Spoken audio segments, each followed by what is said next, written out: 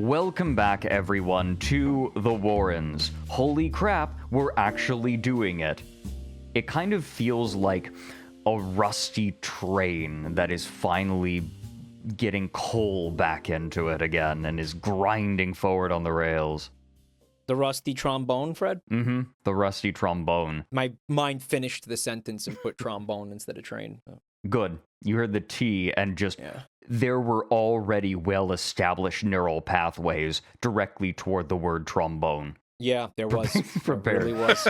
There really was. I am Fredrik Knudsen, better known as the man what makes down the rabbit hole, and I am joined, as always, by Jabroni Mike. Hey! But this time, we have another guest. This is Ryan Probert. He is the composer for Down the Rabbit Hole, and also frequently features on streams with both myself and Mike now. Yeah. Hi, everybody. Ryan's been here the whole time, believe it or not. Oh, yes. We just had his volume turned really low, and we were just kind of talking over him the whole time. He's been on the title cards. It's just his image has been 1 pixel wide. Yep.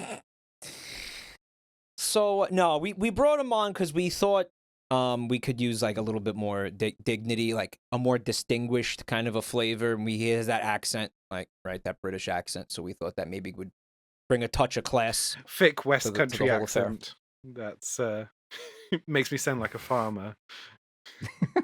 See, that's the thing is maybe it sounds like a farmer to another British person. Yeah. But to us, it still sounds like you are from the Distinguished Isles. Yeah. I see. Yeah, you sound I like see. David Attenborough or something. You know, like you just sound like, you know, even I hear Cockney and I'm like, oh yeah, that person drinks tea with their pinky out. You Right, know, yeah, and, like you could talk about a rare bird jizzing and we'd be like, that's so interesting and profound. Fascinating and profound. Also, Ryan did the little ditty in the beginning of the podcast. Our Yeah, little I'm gonna- intro, I'm gonna outro thing. Yeah, he did that as well. Because I'm here. I'm You- excited. Oh, you doing a new one? Yeah, I'll do a new one. I'll do a new version of damn, it. okay. Oh shit! All right, yeah, cool, okay. Well, But I'm- today, Yeah. Oh, Fred, go ahead. Sorry. Well, no, I'm No, excited please. for this episode. I'm really buzzed to show this because I think I was thinking of an analogy, Mike, and Mhm. I think for you it would be like for me when the Queen died. In that I wasn't a huge fan of the Queen, I wasn't a huge royalist, but I knew nothing would ever be the same again. Oh my god. This is what the Futurist Cookbook will do to you. All right, so I'm getting set up here. This Yeah. okay, damn. Full disclosure, this was something that Ryan found, brought to me. We looked at it together on my stream, and by the end of it, just there was a moment of silence, and I metaphorically looked to Ryan and said, Ryan, we have to show this to Mike. That's how this happened? Yes. Okay. Yes, All and right. in fact, we discussed, like, should this be a stream? And I think Ryan, you were the one who suggested that this should be a Warrens episode. Like, this is enough Fred, for it was one. Actually, it was you. I What was was like, it no, me? What was I the one? You, yeah, cut that. These, okay. Oh yeah, fine, cut this. No, I'm leaving all of that. So let me see that. What is the fucking thing? I'm on the edge of my seat here. What is this? This is the Futurist Cookbook. It is exactly what it says on the tin. The problem is that the Futurists are really weird. Can't believe we're doing another cookbook. Yeah, Well, a it's recipe becoming book, another recipe it's a book. recipe Yeah. book. It is kind of amazing Yeah. how that's become a trend. Well, I mean, there's only 4 episodes, so I mean, like, I don't know if you could really call that a trend. This will be 5. I don't know. So, That's like 2/5 of our catalog at this point is 40%. recipe books. I mean, if we Although, had done more episodes, I don't know if they all would have been recipe books. But to be fair, calling this a recipe book feels like a stretch in most places. interesting. Okay. You'll This see. is this Alright. is a manifesto. This is a way of life. This is Hmm. potentially a joke. So let's start here. Who are the Futurists? Because this is you saying it like they're an established. Like, who are these people? Right, we are going to have to condense this down very tightly, right? Because you could go off forever about these dweebs. The first thing that we should really mention about the Futurists is that no, just get this out of the way real quick. They were an artistic movement in Italy who were self-described capital F fascists. Wearing it out loud and proud. We are fascists. More than that. More than that, though. Yeah. So this picture, the guy we're looking at, co-wrote the Fascist Manifesto. Marinetti co-wrote the Fascist Manifesto. I didn't know there was a fascist manifesto. You always hear about the communist one. I never heard of the fascist one. That's a thing? Well, this is in the 1930s, 20s. Oh, okay. 20s. All right. 20s. Yeah. Did they hang with Hitler? Were they like palling around with Mussolini? I'm sure they were. Oh yeah, no, this is Contemporaries of 1920s Italy. These guys were like in Mussolini's circle, like straight up, not even. Yes. Were they cool? Exaggerating. Were they? Yeah. Okay. Excuse me. Sorry, 1919. It should be said. So Okay. nearly the 1920s. But that period. Fascism rose in Italy slightly before Germany, and they're friends initially, and then had a falling out later on. Yes. So Marinetti originally wrote a manifesto, maybe sort of 10 years before the Fascist Manifesto was produced.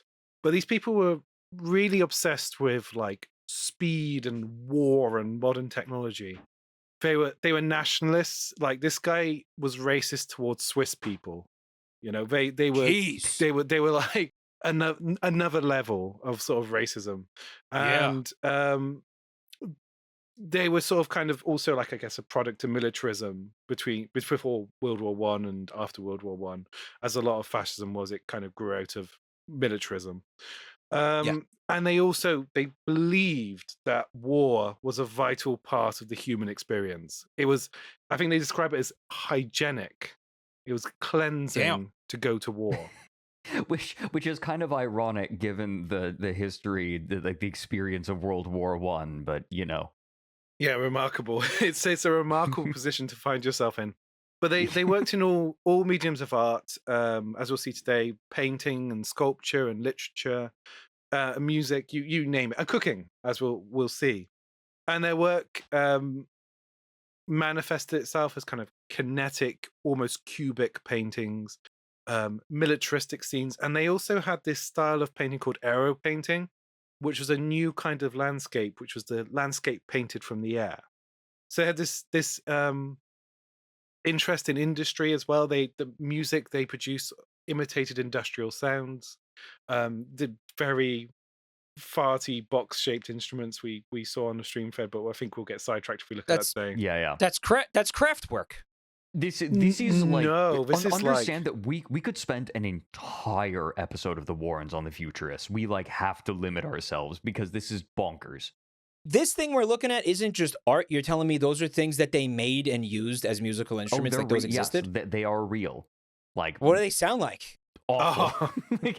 Hold on, let me find a video of this. We were specifically not wanting to talk about this because it would derail. Let me play audio of what this sounds like for 2 seconds. I just want to hear what the instrument sounds like. You called it a fart box. I'm looking up Futurist Music Box. These guys were like the original Blue Man Group.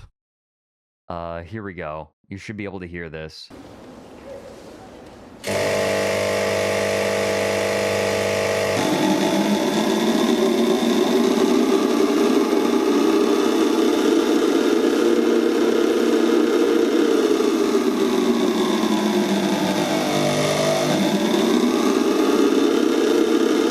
Are they meant to sound like air raid sirens? Is that the point?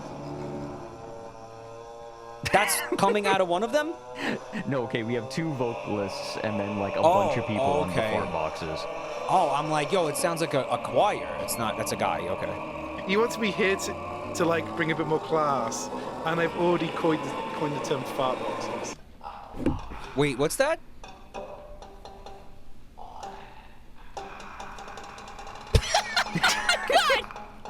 Guys, I have a serious question. Was Yoko Ono a futurist?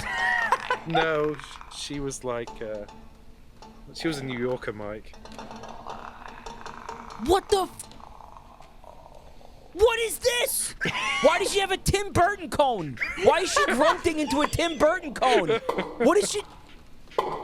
She's doing dinosaur mating calls into a Tim Burton cone. What is this supposed to be? It's the future, Mike. It's the future. Okay, so long story short, these people were fucking insane. Yes. I would say that's accurate. Holy However, shit.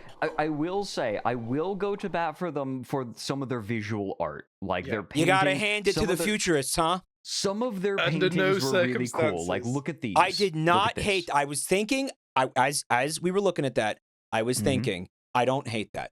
That's kind of interesting. Why do I like that? The concept around some of this art, especially this one I'm particularly fond of. That's a dog. Yes, the idea of some of the art, of some of futurist art, is showing all angles of something, or all At once. parts of the motion at once. Exactly. So that's how you get something that looks kind of like a blurred photograph. Yeah, I see it. It's not a great idea. It's interesting, but ultimately, it just kind of looks like shit. I like it. And I would say it's good because it makes Dachshunds, this is a Dachshund, look like a majestic, powerful creature when in real life they're smelly little rodent freaks who make my life howl. I get it. I mean, a part of me likes it, but a part of me is like, you put like a flip book in one frame, and you like layered all the pages of the flip book on one stack. Transparency. To be clear, by the way, Ryan is speaking as a Dachshund owner.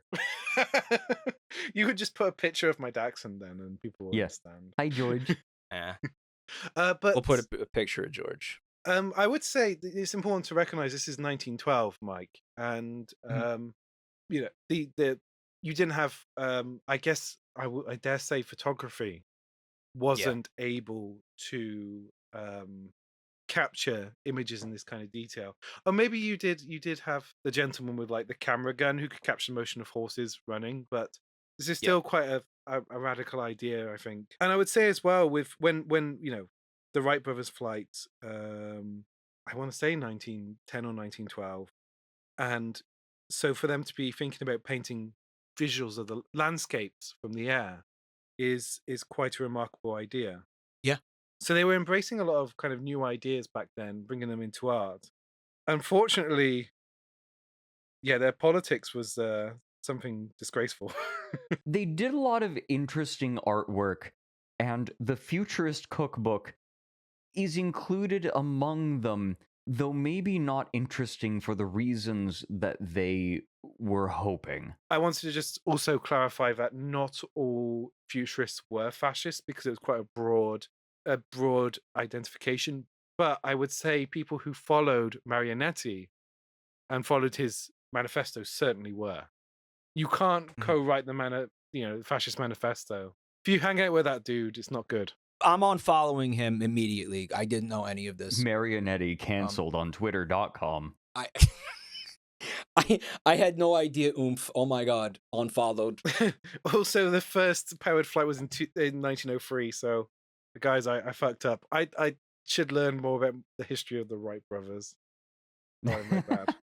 But yes, they had a reputation for being a little weird, and the Futurist Cookbook is very much in that purview.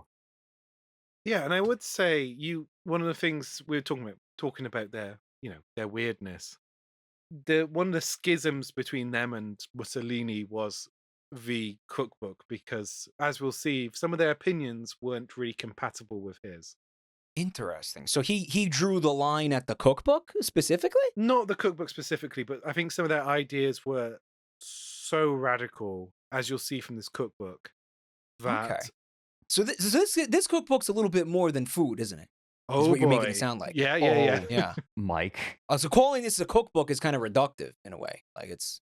One of the reasons that I wanted to show this to you is I feel like you're frustrated by dumb art shit sometimes. Right? Like I think that you have space in your heart for avant-garde art, but I think that once it goes over that edge, it is a steep cliff. Right? That's my experience with you. That would be very accurate, I think. Yeah. Yeah. And you nailed how I feel about it, actually. This is so far off that cliff. Dude. Fuck. Okay. Yeah, Mike, you haven't been angry enough yet. Like, throughout the whole warrant, you have not been angry enough yet. This is going to break you. I'm a little bit worried that this recording is going to act as, like, evidence against us, Ryan, in like a murder trial when Mike has like an aneurysm. I'm good. Don't worry. All right. I'm trusting you. If you die, I'm killing you. All right, fair enough. I'll try my best to stay alive. This is an introduction. We are reading a translated copy. This obviously was originally in Italian, but we are going to be reading a translated copy, and there is a defense of it in the opening. Contrary to criticisms already launched and those foreseeable, the futurist culinary revolution described in this book has the lofty, noble, and universally expedient aim of changing radically the eating habits of our race, strengthening it, dynamizing it, and spiritualizing it with brand new food combinations in which experiment, intelligence, and imagination will economically take the place of quantity, banality, repetition, and expense. The futurist cooking of ours, tuned to high speeds like the motor of a hydroplane, will seem to some trembling traditionalists both mad and dangerous. But its ultimate aim is to create a harmony between man's palate and his life today and tomorrow.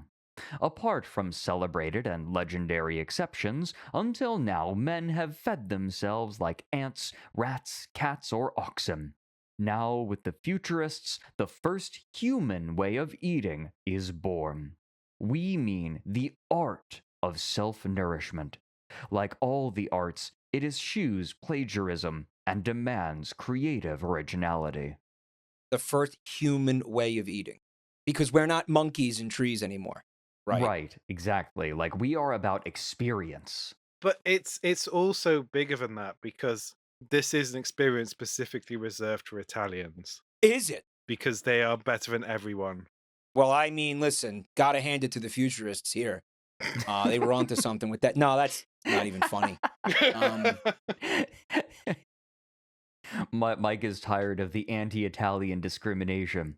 Well, what's funny about I think I can kind of already see where this is coming from, because when you come for an Italian's food, man, when you come for an Italian's cuisine, when you come for like that part of their culture, they get really defensive. And what's weird is that these people were Italian and didn't understand that. Oh my God, Mike, you have no idea.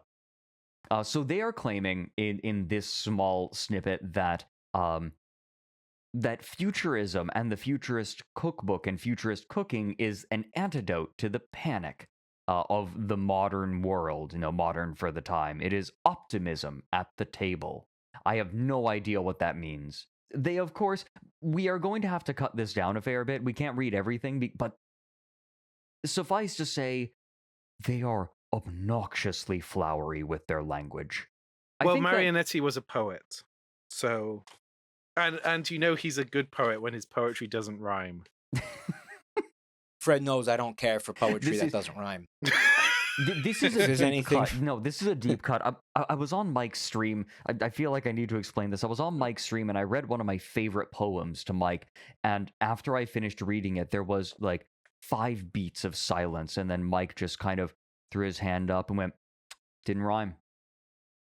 He mind palaced Fred, me. You know so I was hard. fucking with you, right? I know. It doesn't matter. It doesn't make like with a tear in his eye. That's like you kicking me in the nards and then saying, "Hey man, why are you so upset? It's just a joke. I just kicked like me kicking you in the nards was a joke. Why are you mad?"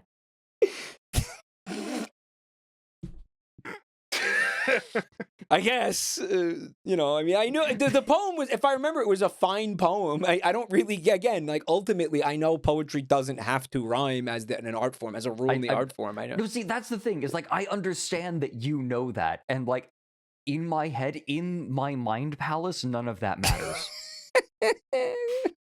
He's never gonna get over this. No, I'm not. The intention is so immaterial at this point. This is good. The Dinner at the Penna d'Oca and the Manifesto of Futurist Cooking. From the very beginning of the Italian futurist movement 23 years ago, in February of 1909, the importance of food for the creative, reproductive, aggressive capacity of the human race excited the leading futurists. It was often discussed by Marinetti, Boccioni, Santelia, risolo and bala among themselves. In Italy and France, there were a few attempts at a culinary renewal. Then, on the 15th of November 1930, the need for a solution suddenly became urgent. We have the three emotions of the Italian, Fred: creative, reproductive, and aggressive. Now, this is talking a little bit about the establishment of a futurist restaurant. And they describe, allegedly, the first dinner served there. So this did happen. This isn't hypothetical. This isn't something they were planning. There is a picture of it, if you trust them. Okay.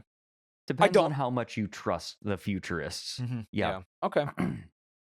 Pasta asciutta, I might be mispronouncing that. Pasta asciutta, however agreeable to the palate, is a passéist food because it makes people heavy, brutish, deludes them into thinking it is nutritious, makes them skeptical, slow, pessimistic, besides which, patriotically, it is preferable to substitute rice.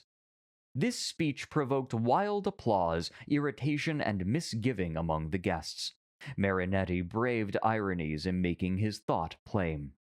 The next day, a violent controversy broke out in all the newspapers, with participants from every social category, from society ladies to cooks, literary men, astronomers, doctors, street urchins, nursemaids, soldiers, peasants, dockers.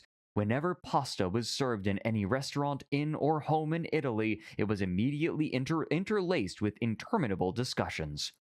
So, what they are saying here, to summarize, is they said that pasta fucking sucks and is making you stupid and slow and brutish, and it is dumb and bad. And everyone was talking about how they had dared to say something so horrific and anti-Italian. It kind of sounds like they were just like engagement farming. Like, you just go into a bunch of go in front of a bunch of Italians and go, pasta sucks, and then just like sit back and pop some popcorn and just watch the fireworks. I mean, what do you? Literally, they were just trying to get attention. I mean, there's no other explanation for that. You really believe that about pasta? I mean, it's carbs. I mean, if you believe that about pasta, you believe that about all carbs.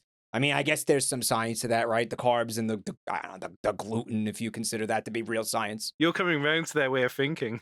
I'm going to be open-minded here, okay? I'm going to try. Mike's insulating himself. I had to Google what pasta asciutta is, but it means dry pasta. I didn't know that. I never heard that word before. But they basically said that's pasta. They're saying pasta sucks. Would you describe yourself as skeptical, Mike? From eating pasta? No, just in general. Or pessimistic. Or brutish. Definitely pessimistic. Brutish, I'll let you decide. I don't know. That's not for me to determine. I've seen you play Pizza Tower. Okay, fair. You know what? Yeah, that's some brutish behavior, honestly, when I play Pizza Tower. Yeah, definitely. But then again, I'm just channeling Peppino, who maybe, I don't know, maybe he's a futurist, right? But he loves pasta. Yeah. And pizza. Modeling yourself Pizza's on Peppino. got more carbs than pasta. Pizza's like just loads of bread. Now, the futurists here are probably overstating how much everyone cared. Yeah, I'm sure. About them talking about this, right? Like, everyone was talking about it, right? It really smacks of, man, I made this hit post on Twitter and everyone was talking about it. And you look at it and it has like 300 likes. Man, this is doing numbers. That's cool. Yeah, exactly. Ooh, another banger. Yeah, they're full of shit. They're clearly full of shit. Obviously, the impact was negligible on Italian food culture. I mean, come on. They didn't do shit. Except maybe piss off a couple of people, right? They have a section specifically called Against Pasta. That is an album title. That's an album Against title. Pasta. Yeah. The album cover's just like a foot crushing some like spaghetti. It's someone breaking dry spaghetti in half before boiling it in the pot. Futurism has been defined by the philosophers as mysticism in action by Benedetto Croce, as anti-historicism by Grassa Aranja, as liberation from aesthetic terror. We call it the the renewal of Italian pride, a formula for original art life, the religion of speed, mankind straining with all his might towards synthesis, spiritual hygiene, a method of infallible creation, the geometric splendor of speed, the aesthetics of the machine. They just didn't say anything there. Yeah, I swear to God, that just fucking said absolutely Correct. nothing. Correct. Holy shit, that's infuriating. Yeah, I'm starting to get. Yeah, I'm starting to get pissed off. Starting to get, it's beginning. It's beginning. I feel like it is both very descriptive it is both saying descriptive. It is very descriptive while saying nothing. Yeah. I think the fact he's a poet is a pretty important piece of lore here. Yeah. Mhm. 100 words and says nothing. That's a poet. Here are some things that they demand of their food. The abolition of volume and weight in the conception and evaluation of food. The abolition of traditional mixtures in favor of experimentation with new, apparently absurd mixtures, following the advice of Yarrow Main Cave and other futurist cooks. I'm Man sure his cave? name is not pronounced main cave. I'm Main sure it's pronounced cave. like Manikavi or something. Yeah, but I like pronouncing it Main Cave. The abolition of everyday mediocrity from the pleasures of the palate. We invite chemistry immediately to take on the task of providing the body with its necessary calories through equivalent nutrients provided free by the state. So, Sounded a little communist there, huh?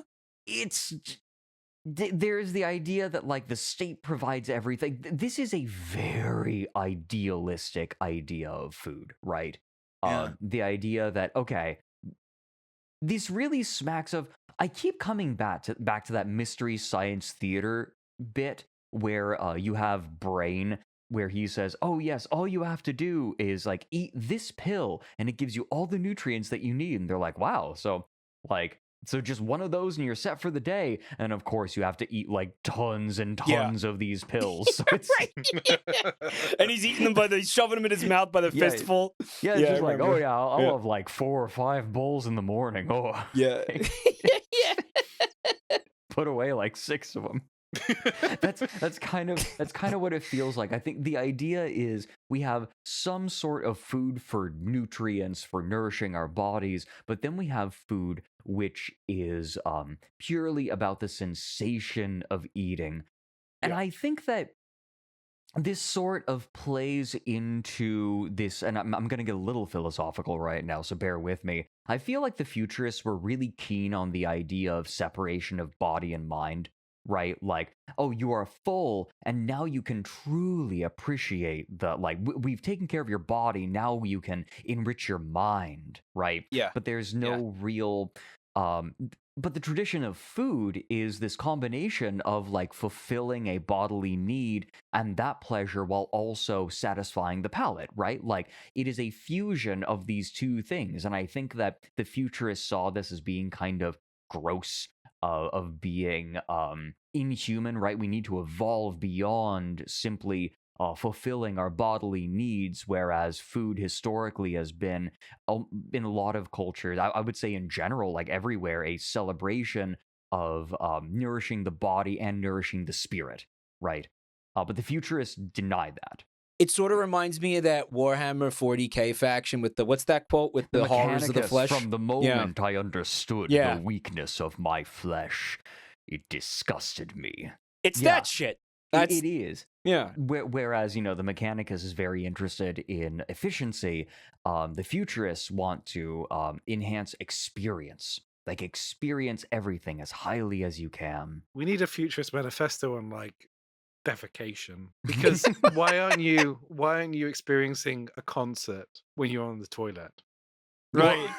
Like how much of your life, I feel like there was a statistic I read where it was like you spend 3 years of your life on the toilet. And I'm Mhm. like, gosh, I wish I was doing something more useful. Yo, we got to introduce Ryan to batching. Dude, we do. Not now, though. This is not no. the This is Most people listening will get that, but yeah. I don't. We'll see. We'll see. I'm sure that someone in the comments will give a nice account of batching, and Yeah.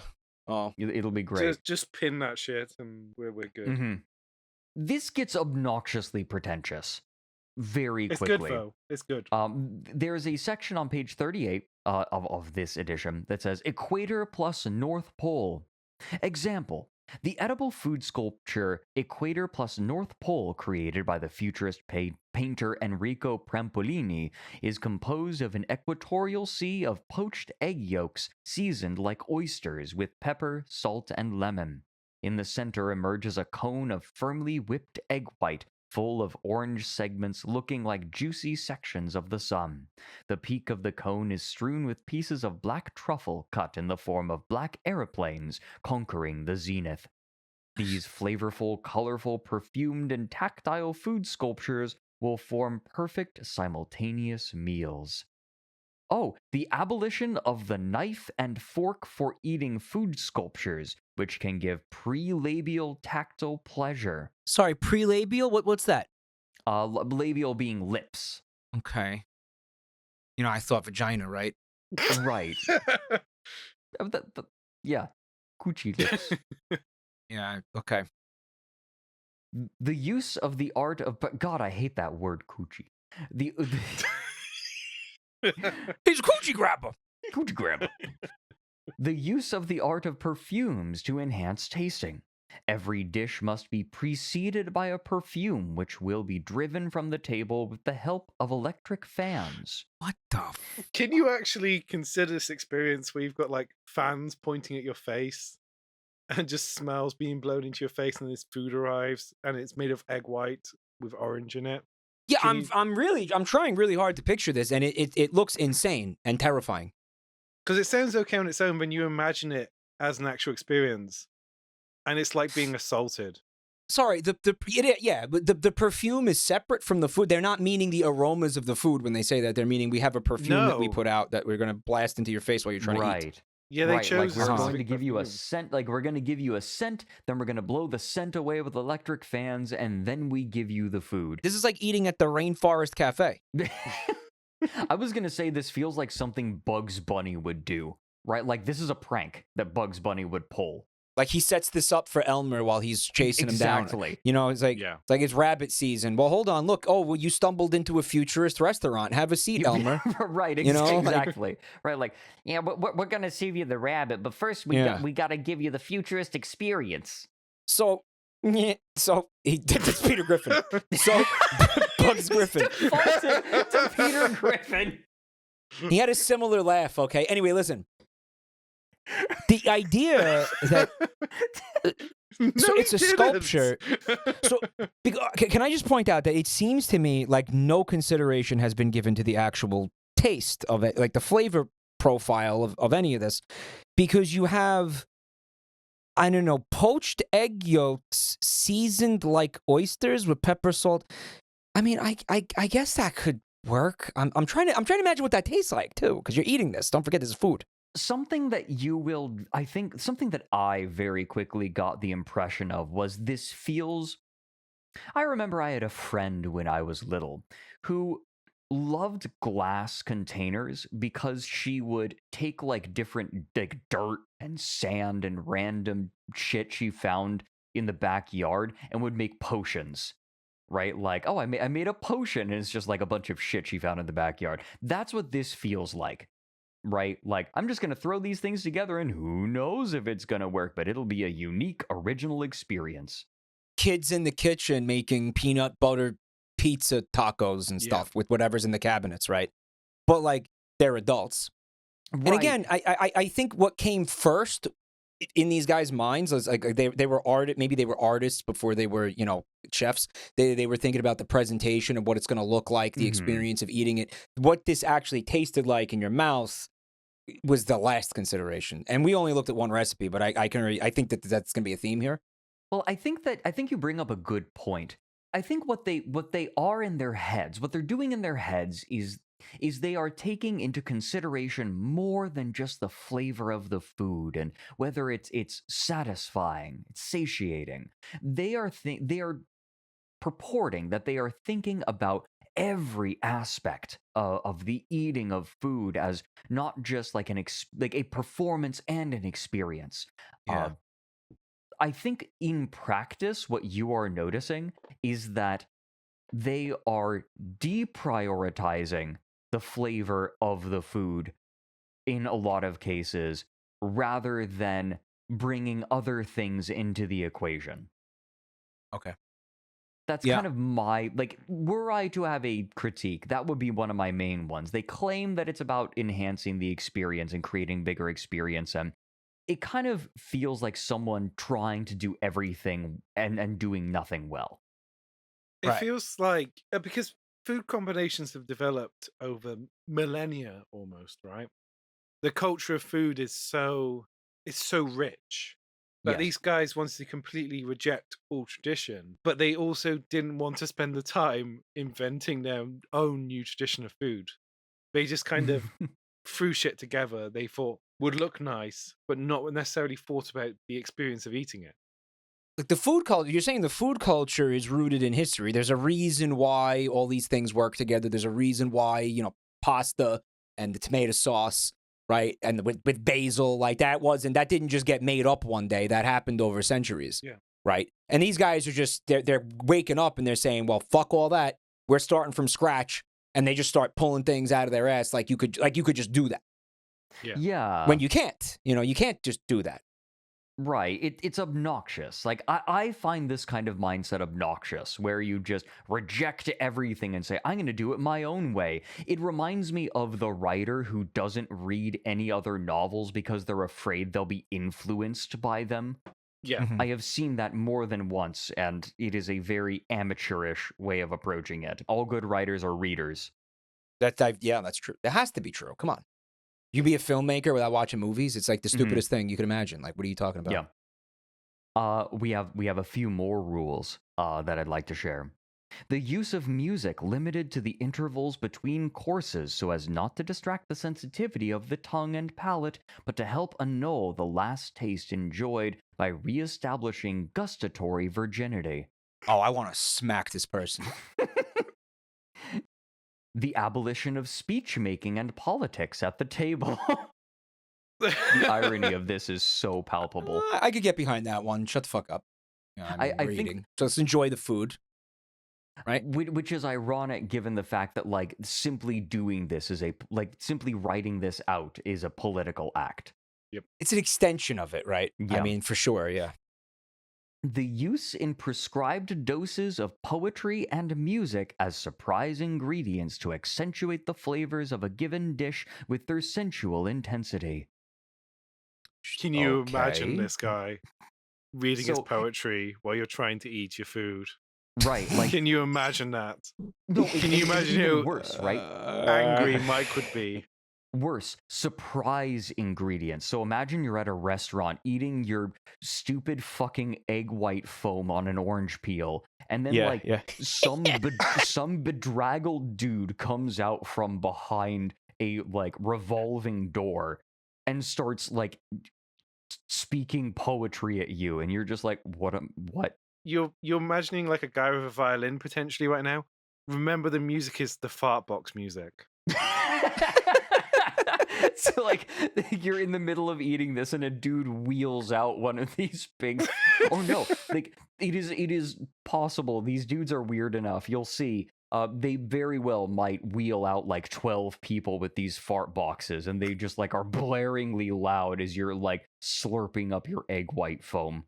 Yeah, this ain't like some dude with an accordion, Right. romancing you while you eat your pasta, right? This is I the don't fart know. That boxes. might be worse. The accordion's pretty obnoxious. Are you an accordion hater, Ryan? No, I'm joking. I'm imagining that scene that in The Lady and the Tramp where they're sharing a plate of spaghetti, except 15 dudes with the fart boxes just wheel out. Right. And while they kiss, you just hear brrr, and you have the woman with the big making dinosaur noises in her megaphone. If they ever invent time travel, I'm gonna go grab some of these guys, bring them back here, and basically put them in a zoo. I would put them in a Truman Show style dome and just let them have their stupid society in there, because I just think it would be hilarious to watch all this. Just let them have whatever kind of dumb ideal society they want in there. We won't put any Swiss people in there, so no one will be in danger. and then we'll just literally we'll film it and laugh at it and mock them. I feel like a lot of these people were very wealthy, and they were able to That get checks away out. with a lot of this because they were rich and just had so much money they just kind of dicked around. Yeah, Mhm. makes sense. This next one conjures to mind a very specific image for me. The creation of simultaneous and changing canapes which contain 10, 20 flavors to be tasted in a few seconds. This reminds me of that scene in the live-action Grinch movie I where they're just know, I like was shoving a thinking bunch of that. different Yeah. kinds of fudge into his No, mouth. the fudge tasting. This is not pudding. What is it? I hate that I knew what you were going to talk about straight away.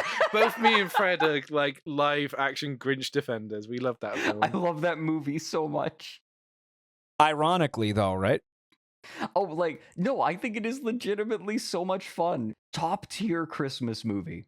Can I just point out though that what they're describing here, it isn't that not how the human tongue works? No, Like, this is don't you stupid. need a little bit more time? Like, you eat something and then cleansing the palate, like that in and of itself is going to take a few seconds before you can even like really taste the next thing. Otherwise, you're not going to really, you're just going to taste mud. You know, you're going to be overwhelmed. Your palate's going to be overwhelmed by Right. that. That wouldn't even really work. Like, you're kind of not physically capable of that, is my point. Right. Speaking as someone who is an enjoyer of fine tea, right? Like, I love good tea. One problem with the Western method of brewing tea is that you get all of these flavors all at once, and like it's hard to really appreciate the different flavor notes. That's why I like Gong Fu style, where like you do a lot of leaves, but you just do a few seconds for each steep, and you get a ton of steeps out of it. Right? You steep it over and over again, and the different flavors have a chance to each come forward like in turn, and you get to appreciate all of them. I feel like the Futurists they wanted to change cooking, but they know nothing about food. Yeah. But maybe your tongue needs to evolve. Maybe you need a Not real human Italian enough. tongue. Oh, yeah. Yeah, we need to keep up. Maybe your tongue is too Swiss. Mike, I am afraid to say that we have hidden something from you. There is an image of a meat sculpture in here. Stop. And you are... Mike, I will give you 3 guesses as to what the meat sculpture is. It's a penis. You're goddamn right it is. Behold, the futurist meat penis. Why? Why though? I don't Why think, did I don't why did think they they do that? intended it to be as phallic as it is. This is 70s dinner party tier right here. Oh, Look at yeah, this shit. right there. This is- I think actually, if you look at the left of the image, that is the egg whites whipped with the lemons. Is that the oranges? Excuse me. Oh, that's what that is. That's the Fred. okay. Show him the equi- face. Show him the face of the chefs. Show him their yes. expressions. They're like, Look- what have we done? What have we done? That's a 1,000-yard stare on the dude on the left. So these are the same looks as the faces of the dudes at like. Yeah, right. I'm putting that meat penis in the video, dude. Fuck it. No, that's fine. Why is it circumcised? It really is.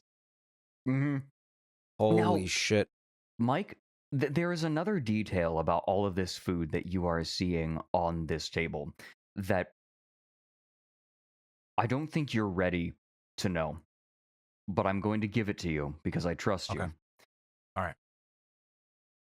Many dishes in the serving of a futurist meal, like a futurist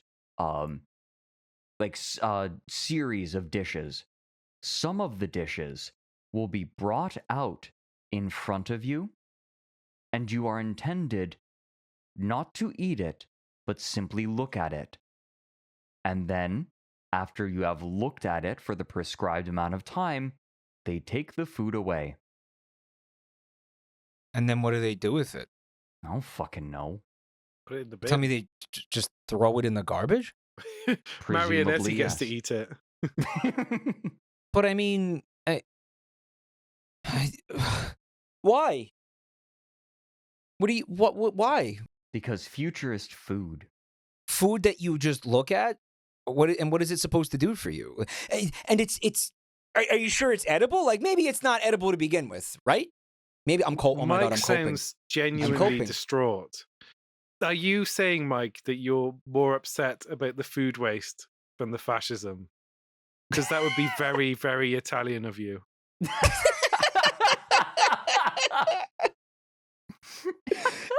Can I be upset by both?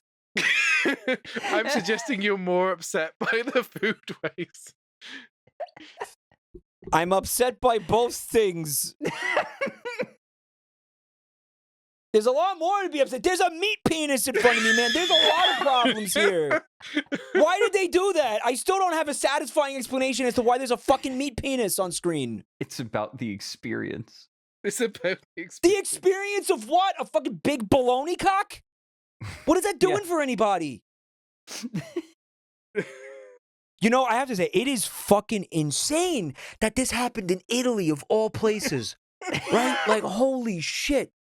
Dude, I'm telling you, those chefs right there are angry. Like, they're pissed. I like the idea that these two chefs were futurists up until the moment that this photo was taken, right? Like this photo captures the moment that these people realized, wait a minute, futurism's stupid. That or it could be even worse than that. These chefs went to culinary school their whole lives and just were, instilled with a deep respect for their craft, and then got drafted by these people to do this abortion that's on this table. And now they're just regretting their whole lives. I'd say it's less an abortion and more a circumcision. Fuck, just go to the next fucking page. Towards food in pills. I forgot about this one. This is the literal MST3K thing. This is literally Mystery Science Theater. Oh my God. Not content with the extraordinary victories in the worlds of painting, literature, and the arts generally, which have accumulated over the past 20 years, Italian futurism aims today at fundamental change. In fact, it dares once again to face unpopularity with a program of total renewal in our way of eating. We forgot to say that the Holy Palate, notwithstanding its slightly blasphemous appearance to a vulgar passeist, is a delicious Turin restaurant where, yesterday evening, the first futurist dinner was held, a parade of 14 different dishes, various wines, perfumes, spumante. Yeah, the Holy Palate was their restaurant. Yes. I don't know if it was open for very long. It might have just popped up and then disappeared. I doubt it. Our readers, or perhaps better, our gentle lady readers, will basically want to know the most recondite reasons behind this attempted creation, to speak in passeist terms, or behind. By the way, just real quick, I love how passeist is just the word for anybody who disagrees with them in any way. That's what that is, right? It's just anyone who's like, wait, what? No? It's fundamentally logical if you oppose the futurists that you're passeist. Right. Just saying. Oh, well, it's like I didn't even think of it that way, but yeah, literally passe. Yeah. You are either pushing toward the future or you are passe, holding it back. It's funny because in a lot of like modern right-leaning politics is generally conservative. It's generally traditionalist, looking towards the past, preserving the past, preserving that type of shit. But these guys were like, fuck all that. I think that to take politics from this time period and flatten them into a left versus right is reductive, really reductive. Justice. Sure, yeah, sure. It's not accurate. It's not descriptive. It's really unhelpful, I'd say, like in general. But I'd say part of the schism between Marionetti and Mussolini was because Mussolini had these very traditional views on food and culture. Yeah. I mean, Hitler did too. Like that's, because I was in Germany in April. I went to there's like a Hitler museum like every 2 blocks in Munich. And I was going to all these like Hitler museums. And that's the one thing, like, there are, obviously there's a lot of parallels between the German Nazi movement and like, you know, a lot of the really right-wing movements today. And that main thread, I'd say, is the traditionalism shit. Traditionalism is a very powerful tool, a very powerful political tool, and the futurists are just outright rejecting it out of hand. Yeah, it's bizarre. I've never seen that before, is my point. I've never seen that in a fascist movement, you know, to be like, people engage in politics in a very aesthetic way, and the futurists are fascists who do not have a fascist aesthetic. Right. They have their own aesthetic, which is futurist, but conceptually they're fascist. If the movement survived long enough, I would dare say that they would have embraced the sort of Hugo Gernsback sort of rounded laser gun sort of future. Like, I bet they would have embraced that aesthetic. Who the fuck is that? Who's Hugo? What now? Like, you know, when you think of like classic old early 90s or like mid 90s sci-fi with like the shiny chrome. Yeah. That's sort of Gernsbackian. The floating cities. Think the Jetsons. That would have been their vibe. They would have been like, this shit I think that would have been their vibe. The idea that like I don't know, but you're beyond. thinking it in quite a sci-fi way, whereas I think they were interested in like technology. Because you mentioned a hydroplane, and I was thinking if he was alive today, he'd have been like Tesla truck. What's it called? Cybertruck. Yeah. That's it. Yeah, it's true. I want a car that can hurt people. And myself. The violence of it. Yeah, the violence. They'd love that. Yeah, mowing them school children in your Cybertruck. That's your ultimate. Listen, it's okay. They were passéist to those kids, so otherwise they would have been in a Cybertruck themselves. A bus. How passéist. I think that there is a very enjoyable conversation to be had over a cup of tea, right, about the futurists, and one full of laughs and interests, you know, like, would they have liked Teslas? And, you know, I say all of this, and my response, right, my rebuttal to myself is meat penis. Yeah. You wanted Cybertrucks and you got a meat penis. Oh my god. Many foods are being abolished in consequence. At the head of the list, pasta. Meanwhile, we wait for chemistry to complete its specific task, that is, to give the body the calories it needs as quickly as possible, utilizing equivalent nutrients provided free by the state in the form of powder pills.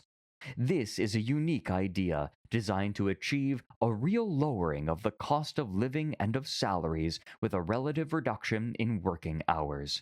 We will wait for that day. Meanwhile, it will be possible to create perfect meals depending on an original harmony between the setting, crystal, china, table decoration, and the flavors and colors of the foods, and absolute originality in the dishes themselves. Yeah, man. So their end goal was to just have everybody on food pills, Naruto style, right? Naruto style food pills, doing away with all this. Oh, having to eat. Oh, put the meat in your face hole. Ew, that's gross.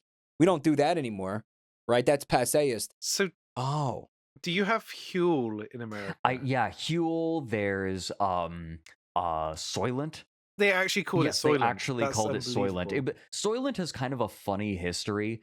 The idea is they're using algae protein, protein grown in algae vats. Yeah, because Soylent Green. They are referencing obviously Soylent Green. Soylent Green is made of people. The funny thing about that. Spoiler alert. Yeah, right, whoopsie daisy. The funny thing about Soylent is that there was a kind of a hubbub because it turns out that the process and that they used to make Soylent ended up with a bunch of heavy metals in it. Oops. Whoopsie daisy. Oops. See, this is the thing. People they expected the future to be this beautiful thing, and like you get Huel, and I've drunk Huel because it was part of a meal deal I could get, and I was like, it's like £4 a bottle or something, which is like $6 a bottle. I don't know what the exchange rate is. So I was like, well, I might as well get it. I can get it cheap this one time and taste it. And it tastes like, it's like eating the stuff that gets stuck in drains. I'm just now finding out about Huel. I had to Google it. I'm looking at it. It's a paste? It's like a milkshakey paste stuff. I mean, I guess Soylent is similar. It's a meal replacement drink. Idris Elba is a hooligan. Oh my god. This is all so dystopian, man. I don't. And like, real futurist meals would be like folded proteins. Like you get 3 kinds of British beef and then you fold it into weird shapes. And Mario gets like CJD and then his proteins get folded by a prion. You're describing Lunchables, which coincidentally also had lead in them. I think you're touching on something that is really important. The futurists are very optimistic. Like it is so optimistic, right? The chemists are going to make a pill that can feed everyone, and it'll bring cost of living down, and everyone will be happier, and it will be and better. salaries down, which is good for the the capitalists, I guess. Was that like, what the implication with that was?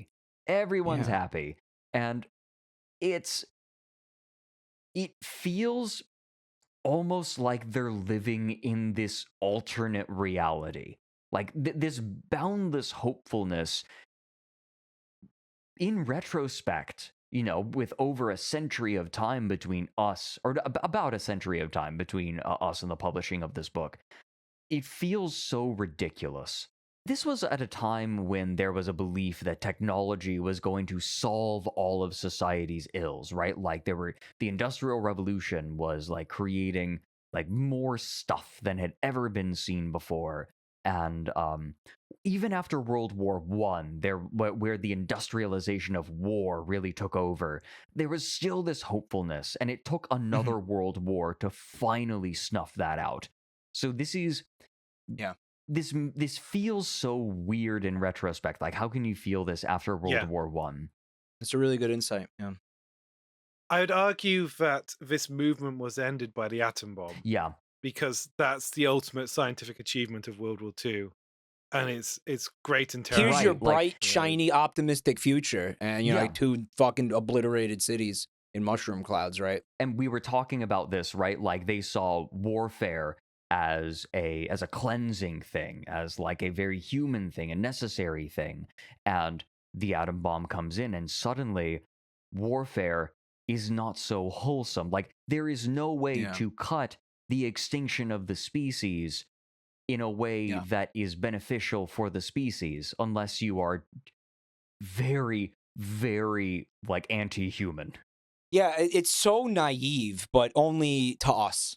If you were alive during that time, I think maybe it would have made a little bit more sense. But listen, I have 2 testicles bursting at the brim with microplastics.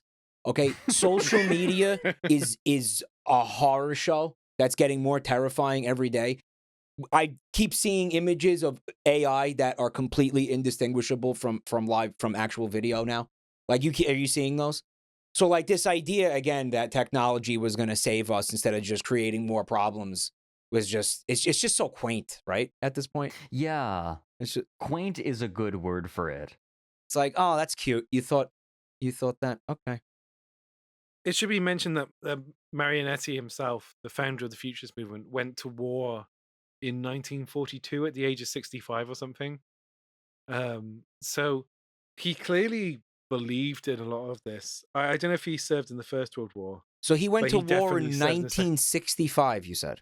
No, sorry, 1942. He was 65. At the age of 65. Wow. He was 65. He was like, I'm going.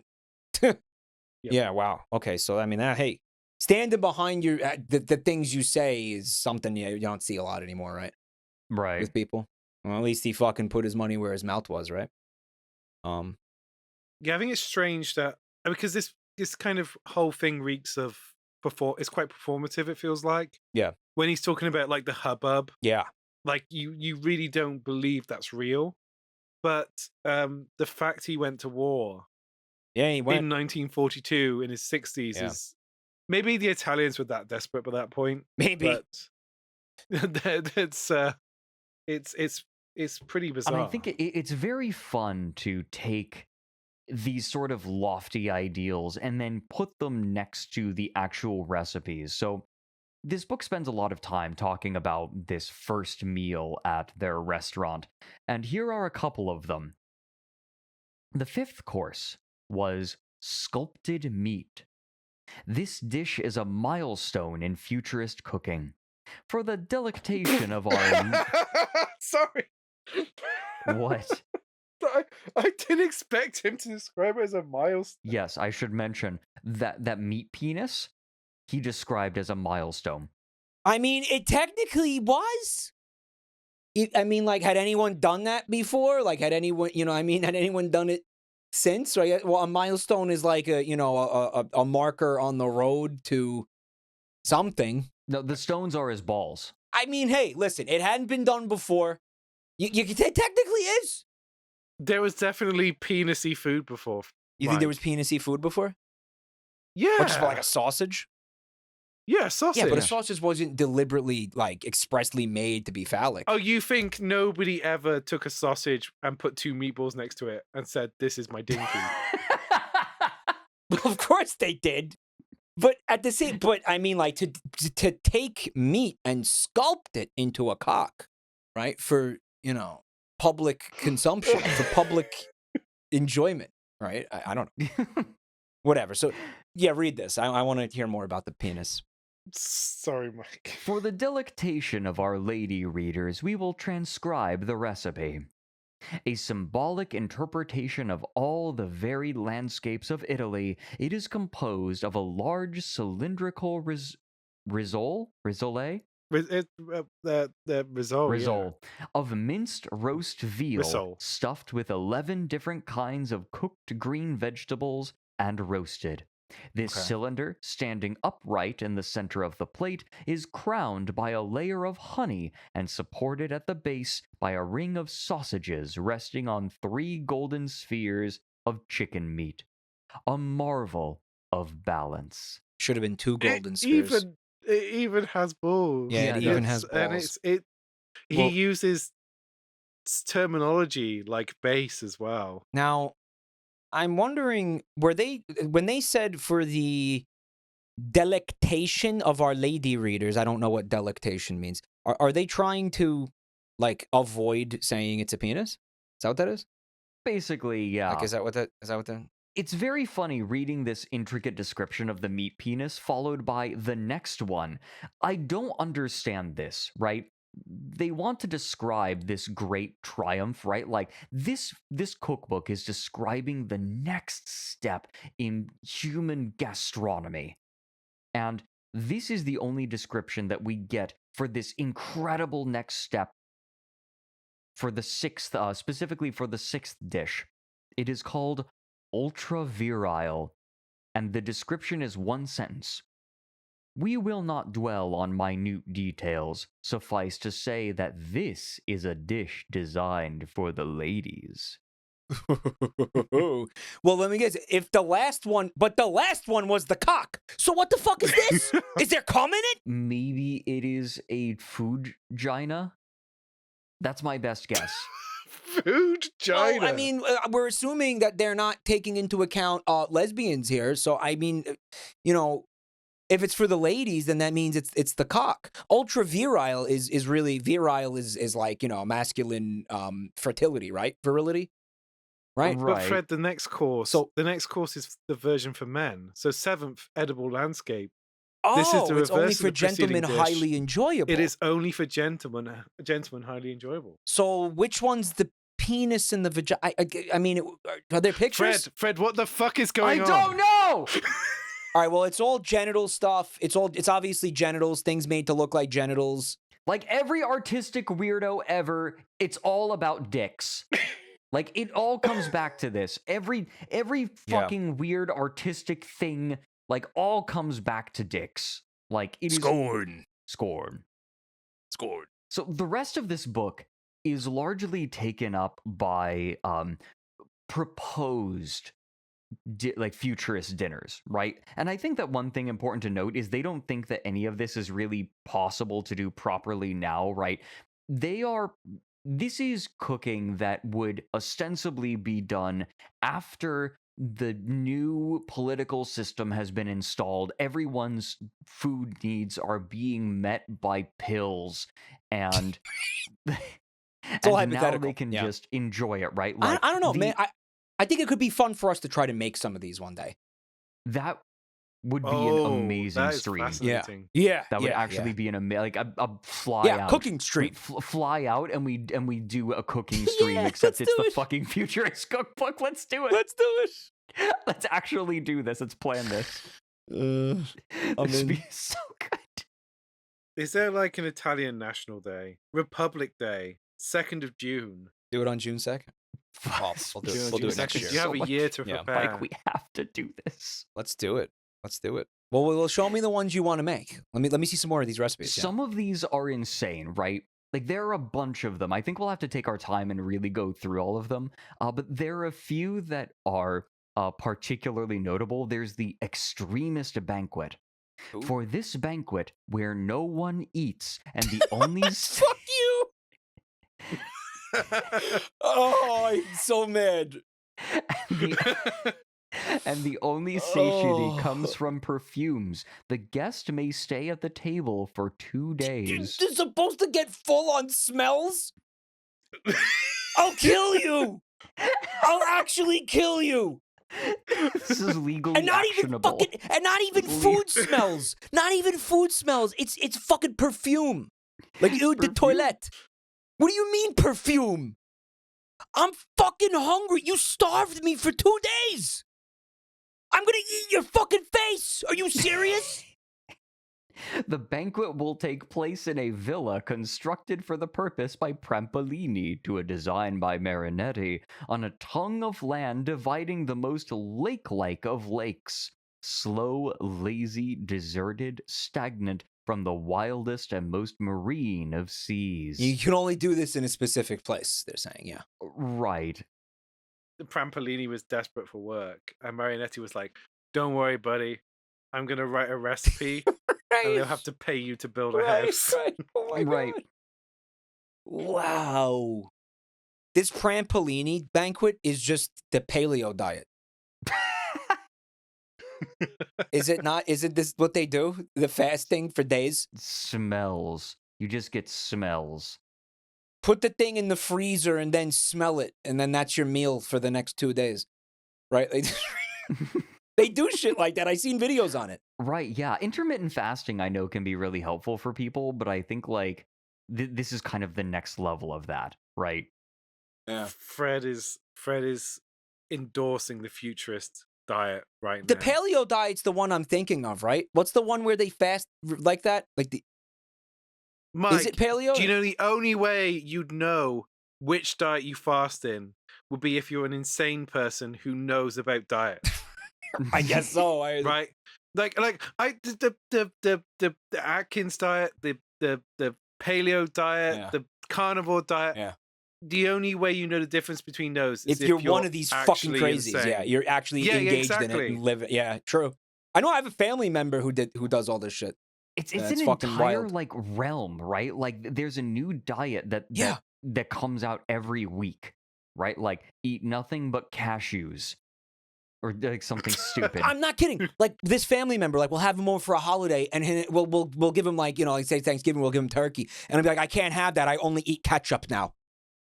And it's like wait, whoa. What do you mean you only eat ketchup now?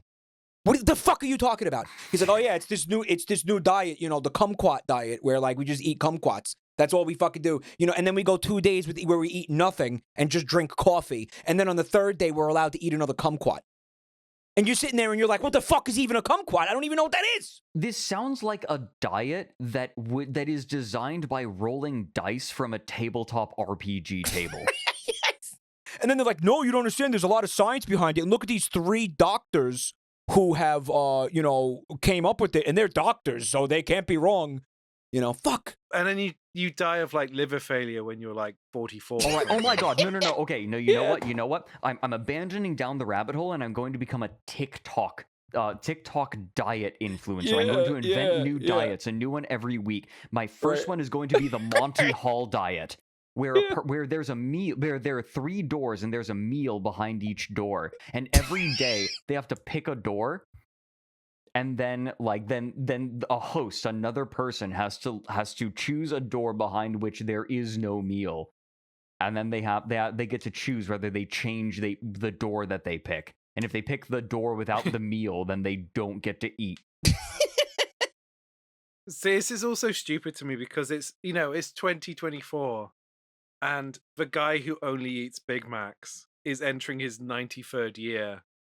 So Is he? clearly Is he these really? diets are no, but he's fine, right? How old is the Big Mac guy? I gotta Google this now. He Mike. only eats Big Macs. This isn't Morgan Spurlock because he died. No, yeah, Yeah. but he died because he was drunk. Yeah, right. So his name is Don Gorsk, and he's 71. Okay. And he's from Wisconsin. Okay. Which explains why he only eats Big Macs. He's only eaten Big Macs for like how long's he been doing that? Oh, like decades, I swear. Holy shit. Don't let TikTok find out because that'll be the new diet fad. The only Big Mac. He's eaten 34,128. So when did he eat his first one? 1972. My colon is becoming impacted just hearing you talk about this dude. I swear to God. Some of these very clearly feel more like poetry than they do actual recipes, like the Aeropoetic Futurist Dinner. In the cockpit of a trimotor flying at 3,000 meters in a bipartite sky, the maudlin light of a greenish mother-of-pearl half-moon in a hemisphere of half-clouds lit by long scorpions of gold. Directly beneath, a river of the most solid silver delivers the estuary of its wriggling eels in a sea of pitch studded with lunar nickel. Lunar nickel's a nice word. I like that. Yeah, there's some good metaphor in here. Hold on a second. I think the food was what you just read. I feel full now. Wow, what, full of shit? No, the food is the poem. Like I'm not hungry anymore. We should get this out there for poor people. These guys were onto something. That was great. That was very fulfilling. What you just read. I think you finally broke Mike. We did. What the fuck is a scorpion of gold? Fred, can we go back just one page, please? Yeah, sure.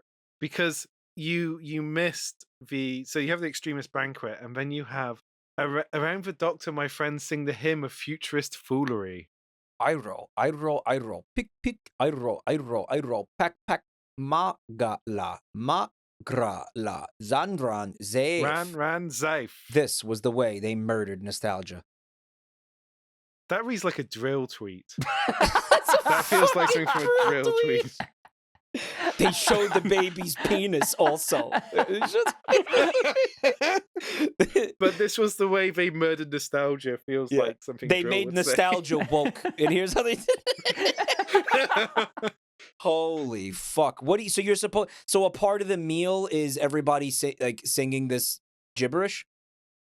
Yes. Yes. Is that wow. Like, So that's part of the food. It really, right, everyone breaks out into singing it, right? But like, this isn't a script, so I think the implication is that everyone just naturally does this. It very much feels like the Wonka's experience. What was it? Where was it again? It was like Willy's Chocolate Experience in Birmingham. No, in Glasgow. Glasgow. I hate that you know enough about Birmingham that you think that Birmingham is on a grim level as Glasgow is. They are quite similar in their like grimness. I lived in Birmingham for a long time. I think you were thinking of somewhere I'd lived because I also lived in Edinburgh. I think I kind of was. But because there's a moment in that AI generated script where like the audience has a line and it's like, what are you doing? Like, what are you talking about? They're the people experiencing this. Yeah, the AI was like having a moment. Yeah. Maybe they did this every time they met. They were like, Eero, pick. I feel like we should do that all together at the end. Like as a post-credit sequence, we'll do it all together. Let's do it. We'll go back to it, Mike. We'll get even more upset and then we'll do it and it'll be cathartic. Okay. There's a lot in here, right? Like there are a bunch of different recipes in here. Quote unquote recipes. Some of them actually have ingredients. Some of them are like weird descriptions. They're more like poems than anything else. Here we have sculpted meat. Okay, well that one at least, okay, I can see they have a form and you put the meat into it, okay. But what about the one what you were reading with the airplane flight? How am I supposed to make that? And that's Am I- the thing, is you're not really. I think that the idea is that the futurist cookbook is a rejection of food as we understand it, folding it into performance art, like into art in general. It is something to be experienced. I feel like you but kind it's of so see this. serious, Fred. Huh? Fred, it's so serious. This is my sorry to interrupt you, but it's so serious. They take themselves so seriously, and like I always think of there's a piece by John Cage. He performed on a show called I've Got a Secret. I think I might be misremembering that, but they were like, we're not even gonna just like they have to work out what the person's secret is, and he comes on there and asks him questions, and he can answer yes or no, and they just skip that, and they're like, we've got to see this guy perform this piece Water Walk. And it's like he puts like at one point like a pot of flowers in the bath and pours a watering can over it, and he drinks a drink at one point. And before he performs it, they say, "So, Mr. Cage, if people laugh, is that okay?" And he's like, "Yes, laughing is for me preferable to tears." And he's like a very chilled out, very funny, very light-hearted individual. At the end, he has this big smile on his face because people are laughing and they applaud him and they really enjoy it. Marionetti looks like a absolute asshole. He looks like the worst person you ever met. He looks like he's got a haunted mirror in the background. Look in the back there. There's a photographer living in his walls. I like the idea that that's actually just him from the future in the background there. Like you see him on the right. That's him trying to reach through the photograph to like warn Marionetti, no, you're being cringe. No, it's because he's a futurist. He's in the future hymns there. I want to see some more of these recipes. You got any more fun ones we can take a peek at? There's total rice. Boiled white rice is oh yeah, the futurists loved rice for some reason. Yeah, I noticed that. Yeah, boiled white rice is arranged like this. One part in the middle of the plate in the form of a hemisphere, another part around the hemisphere in the form of a crown. The moment it is brought to the table, pour over the hemisphere a sauce of hot white wine thickened with corn flour, and over the crown a sauce of hot beer, egg yolk, and Parmesan cheese. Those sauces both sound absolutely disgusting. Weird as fuck. We have to try to make that one. We do, yeah. Like, there are some recipes in here that I think would be great for a stream. They said that rice was more patriotic than pasta. Did you catch that? Yes. What's that about?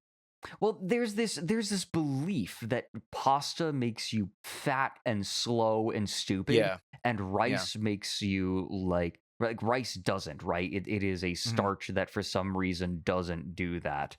If you're fat and slow and stupid, you can't be a good fascist for Italy. Right, yeah, Basically, you can't be a good right, Italian, period. Yeah. I feel like there is some sort of mental gymnastics going on here, right? Like, if you are Italian, then you are the best, so you have to do things that make you the best, which is it's kind of backwards, right? Like, you're the best, but you have to do things that make you the best, because if you don't, then you won't be the best, even though you're Italian. It's weird, right? Like, there's some sort of weird ideas going on in there that I feel like are there for convenience more than anything sometimes. You trying to tell us, Fred, that the futurists were weird? Yes. Some of these are very simple, right? Sicilian headland. Chop together tuna, apples, olives, a little Japanese nuts. I don't know what Japanese nuts are. What are Japanese nuts? I don't know. Yeah. Spread the resulting paste on a cold egg and jam omelet. Ew? Yeah, no, a lot of these really sound gross. Tuna, apples, olives, and little Japanese nuts. This one's good. The excited pig. A whole salami, skinned, is served upright on a dish containing some very hot black coffee mixed with a good deal of eau de cologne. See, that's a penis. Eau de cologne must be poisonous as well. Yeah, that's like, again, that's more perfume. They were obsessed with like eating perfume or some shit. Yeah, it's really weird, right? Like, I think the idea is, oh, you are taking in the scent, but like the flavor I think the flavor profile of these perfumes is all going to be the same. Like, you're going for a scent, but it's all going to be flattened out by the taste of it. But eau de cologne is like, it's mainly alcohol. Eau de cologne. Yeah. It's like 5% essential oils, which are poison. Yeah, you if can't. if you drink essential oils, you die. Don't drink essential. Oh yeah, but everyone out there, don't drink essential oils. Your body can't break them down. They cause big problems. Like don't do it. The excited pig, also known as the uncut hog. Well, no, because it Oh is my cut God. because it's a skinned salami. Yeah, it's a skinned salami. Hot black coffee Yeah. mixed with it. This almost sounds like because dude, I'm telling you, that fucking diet my family member was on was like black coffee and like pork fat. That was the whole diet. And he did it for like a year before moving on to the next fad. This oscillates between being an interesting time capsule of the Futurists at the time and feeling like a 5-year-old wrote it. Like, look at this diagram. Is a prune with a licorice in a bunch of red zabaglione. No idea what that is. I think it's wine. I'll spot you. It's wine. I'll spot you. Don't worry, I got it. Okay. No, I'm going. No, it's something else. Oh. There's a glossary in the back, and it's not in there. I'll Google it. Okay. Can I put forth the theory that I've been working on almost this entire time we've been recording sure. this? This is such an affront to food. This is such an all-out assault on Italian cuisine. Well, that's the point. Again. Yeah. Like, well, I know you're saying that that's the point, but I posit that these have to be the worst people on earth to present this to. I mean, to the point, maybe the only people that would be less likely to go along with this are the French. You know what I mean? Like, because I think you're talking about people that are so passionate about food that would be so viscerally repulsed by everything that you're putting forward here that the author of this cookbook has to actually have been a saboteur. Somebody fucking infiltrated the Futurists, some anti-Nazi person. Maybe it was somebody from like, the Bolsheviks or some shit. Okay, literally infiltrated this group with the intent to sabotage them and make basically fascism fail in Italy. Well, that's my fucking theory. Because coming at the Italian general public with this, again, just a total all-out declaration of war on Italian cuisine is you're trying to fail. That is my conclusion. It's sabotage. I think that this actually would have gone over better in France. Because in France, you had artistic movements like the Dadaists, right? Like Dadaism was happening in France. I just checked. It was happening in like the late 1910s. And so this sort of Dadaism didn't come in and say fuck baguettes and croissants and fuck everything, the entire tradition of French cuisine and replace it with something abhorrent and offensive. Well, I think that Dadaism is actually kind of opposed to Futurism, right? Like Dadaism stated that the world is ridiculous, everything is absurd, and in response to World War I, it was a lot more pessimistic about technology and like the ridiculousness and the pointlessness of war, whereas Futurism comes in and rather than pointing out the ridiculousness of tradition and the status quo, it is saying the status quo is getting in the way of something big and new and great that is going to come. I'm very curious to see if there was any dialogue between the Dadaists and the Futurists, because I could really see them getting at each other's throats. Positing that the Dadaists had like any opposition to anything feels like a bit of a fool's errand, Fred. Yeah, probably. I feel like their position is that they have no position. Right. Yeah. I think they would have been annoyed by the Futurists and their relentless optimism. All right, you think we could squeeze in a few more recipes to laugh at? Milk in a green light. Put a few teaspoons of honey, lots of black grapes, and several red radishes in a large bowl of cold milk. Eat with a green dissoluce illuminating the bowl. Contemporaneously drink a polybibita made up of mineral water, beer, and blackberry juice. Oh, so the light is part of the recipe. It has to be lit green or it won't taste right. Are you? You won't get the experience.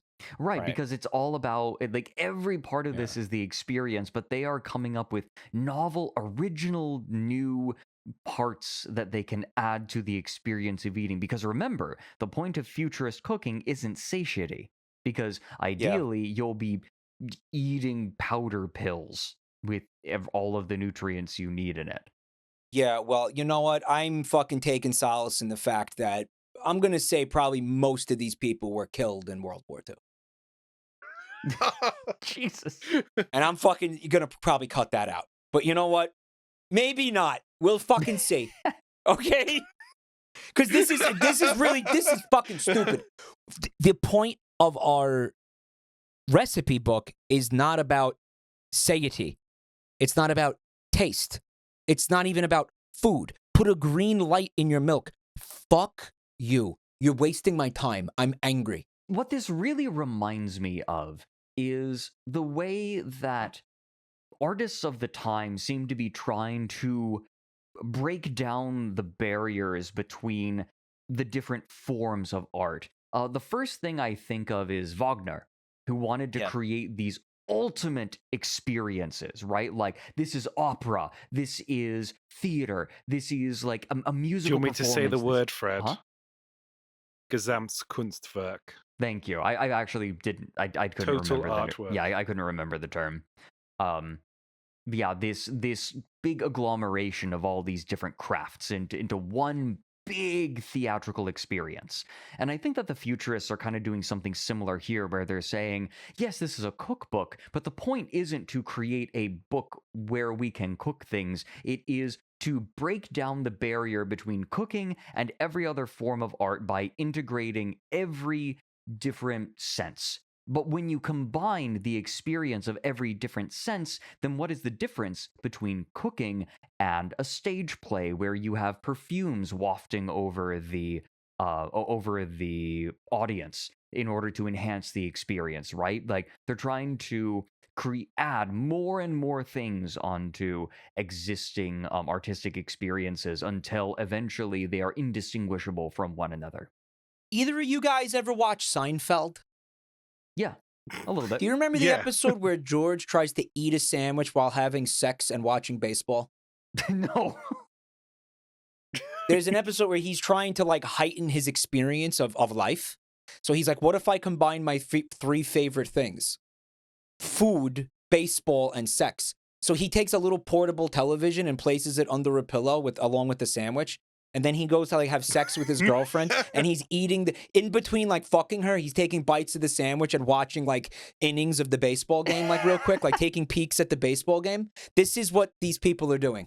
So you're telling me George was a futurist? Yeah, George Costanza was a fucking futurist, and he was Italian, straight up. Right? I was gonna say, Fred, that Wagner's shadow it casts a long shadow because Wagner was, it's difficult to he was certainly an anti-Semite. Oh, yes, and yeah. he certainly inspired Hitler to a certain degree. He was a big fan of Wagner. Yeah. And I it's finally remarkable because I think a lot of Wagner's anti-Semitism came from him sending a score, I think his Symphony in C, to Mendelssohn, and Mendelssohn never receiving it. Or he at least got it and ignored it. Right? I think he just never got it. I think Wagner's a song. Maybe he was like, oh, he got it, and then he never like he just ignored it. Like he just ghosted me. Yeah, he just ghosted me. He ghosted me. Oh yeah, you know what, man? I'm not gonna cut out the bit about me being happy they died in World War II because they were fucking fascists. Why am I gonna fucking feel bad about being happy that fascists died?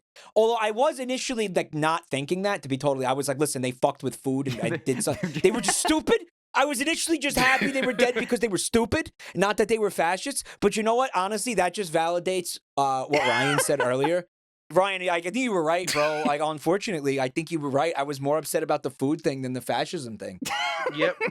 Like fuck, man, you fucking called it. Shit.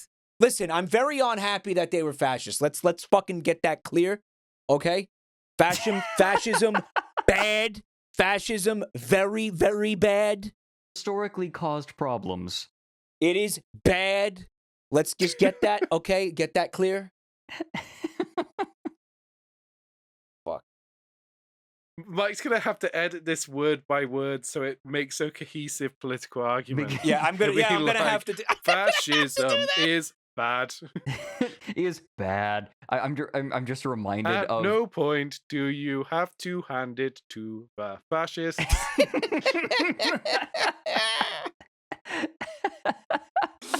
Oh my god. I think the big thing we've already gone through, I think, like the ridiculous shit. The rest of these recipes mostly tend to be just very unappetizing sounding meals. And I Gross, think yeah. one thing, like when we do this stream, I think the thing we're going to run into is that, you know, when Mike, have you ever been taken by a fey mood and you feel like, oh, I'm going to try something new, right? Like I'm going to make a new recipe, or I'm going to try combining like these different things to make something, and the flavors just don't mix together very well, right? Like all the Yeah. flavors just stay individual, like separate from one another, and they don't complement each other. I feel like that's how a lot of these recipes are going to go, right? Like, well, here are the different things, and none of them are blending together in my mouth. Now I taste pepper, and now I taste a black olive, and now I taste milk. Yeah, well, again, that was the last consideration here. Yeah. Right? That was the... And this is kind of the point I'm making, right? Like, you can do a lot of very complicated things with flavor all on its own, to the point that it is its own field of study, gastronomy. Right. Yeah. But these people just say, nah, we got to consider everything. But instead of saying, oh, if we are going to learn how to master this, like this sense, right? If we are going to master the sense of taste, we are going to learn how it works, like the mechanics of it, right? Like, they're big believers in science. Why aren't they going to science to it? But no, they say, no, actually, what we're doing is more important, and like having unique experiences is more important than actually having meaningful experiences. And maybe this is what pisses me off so much about the Futurists, is that they seem more interested in having unique experiences than meaningful experiences, right? Like, yeah. It's the sense of, you could say, oh, I am going to take a walk down this trail that I've never seen and see this beautiful sight. And you walk up to the top of the mountain, you see this, or this hill, and you see the valley laid out before you, and the unique way in which it's constructed, the curve of the valleys moving into one another, and you appreciate the aesthetic beauty of it.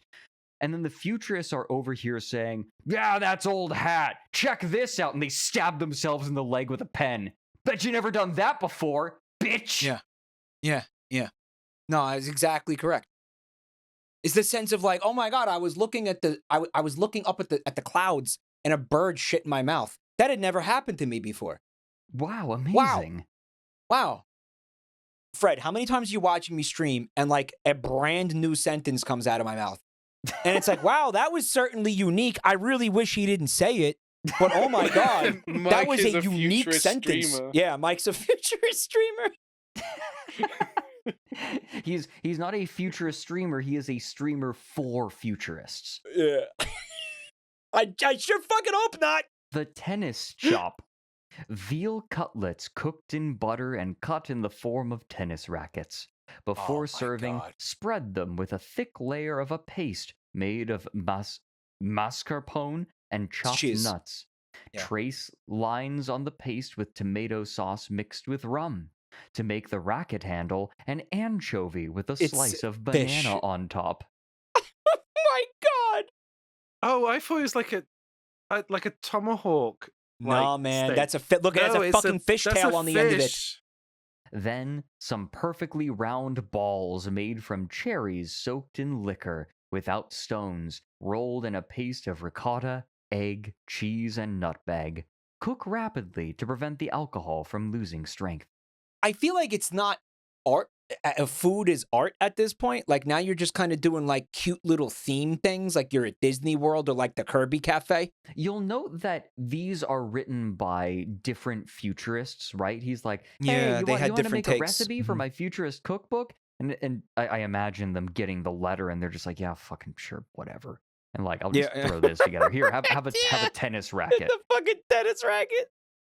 surprise bananas. They just shove a banana up your ass. Like, that's the food.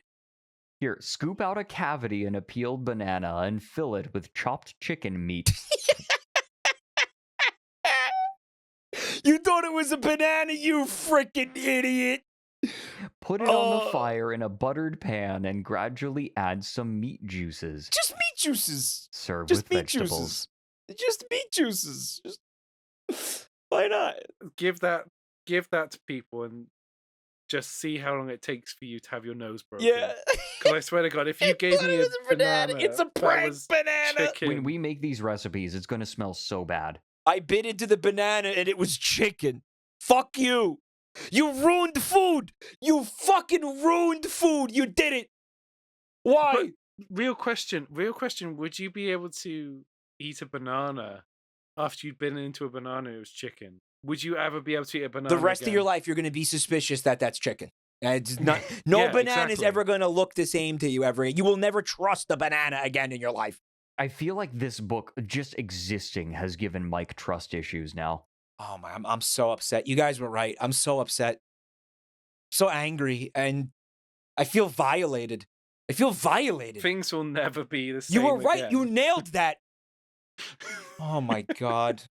Again, like, I'm not a chef, but I don't think I can come back from this. My mind has been altered.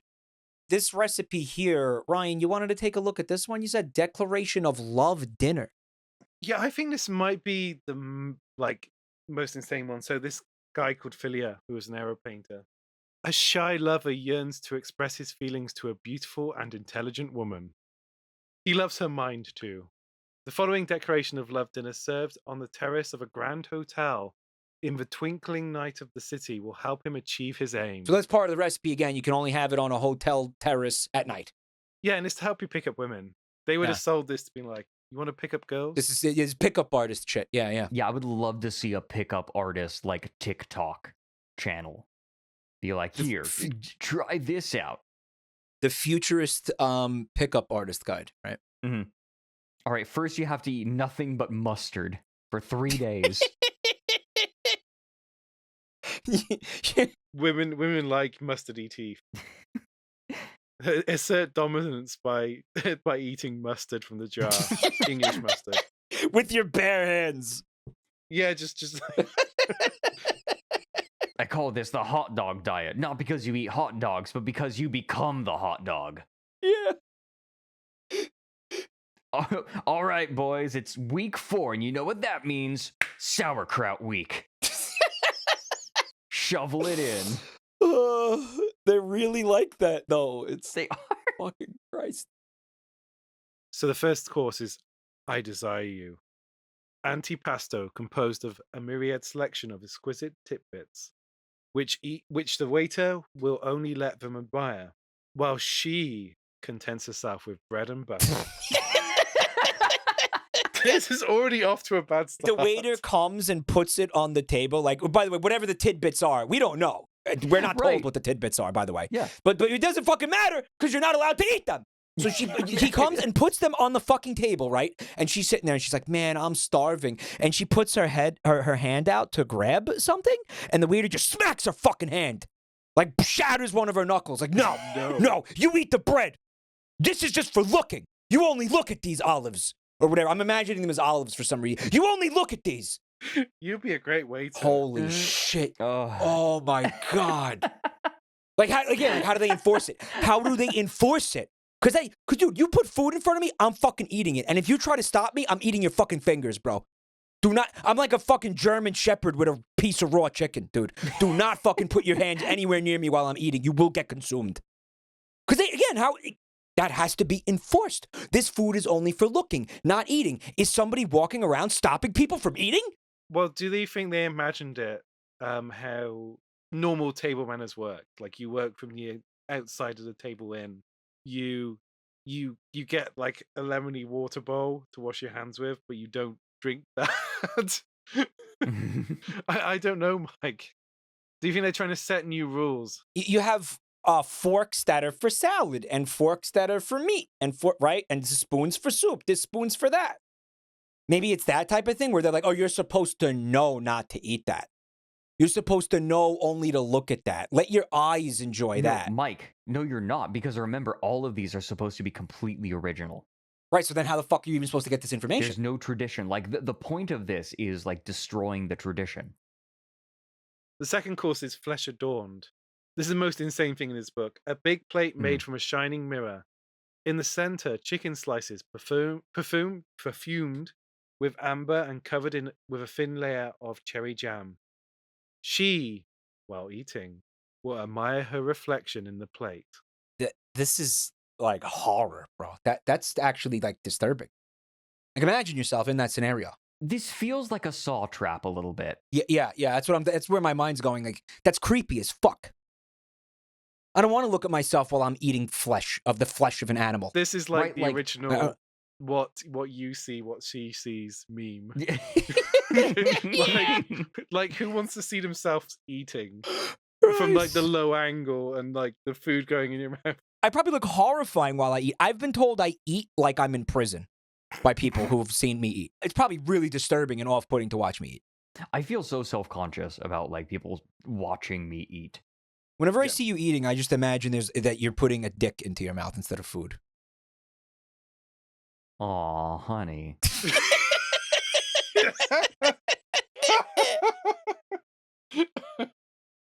I have no idea why I said that. I'm so sorry. It obviously came from a very deep place. Yeah. This is like Inception, when they go through the layers of their mind. And when they like reach, like if you die in your dream, Mike, you go all the way down to the bottom of your mind, and it's just Fred sucking a dick.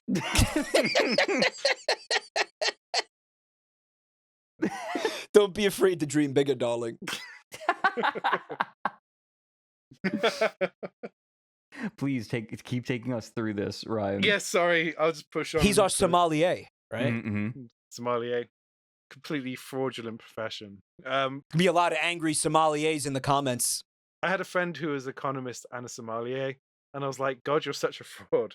Anyway, this is how I'll love you. Little tubes of pastry filled with many different flavors. One of plums, one of cooked apples in rum, one of potatoes drenched in cognac, one of sweet rice, etc. She, without batting an eyelid, will eat them all. She's gonna have like, you know why? Because we're gonna give her the Ludovico technique, right? Like she ain't gonna be able to fucking close her eyes because we're gonna fucking force them to stay open while we shove this shit down her throat. He's like, I'm gonna take you to my favorite restaurant, and when she gets there, she's like, it's kind of a weird experience. And he's like, you see these tubes? You're gonna eat every last one of them.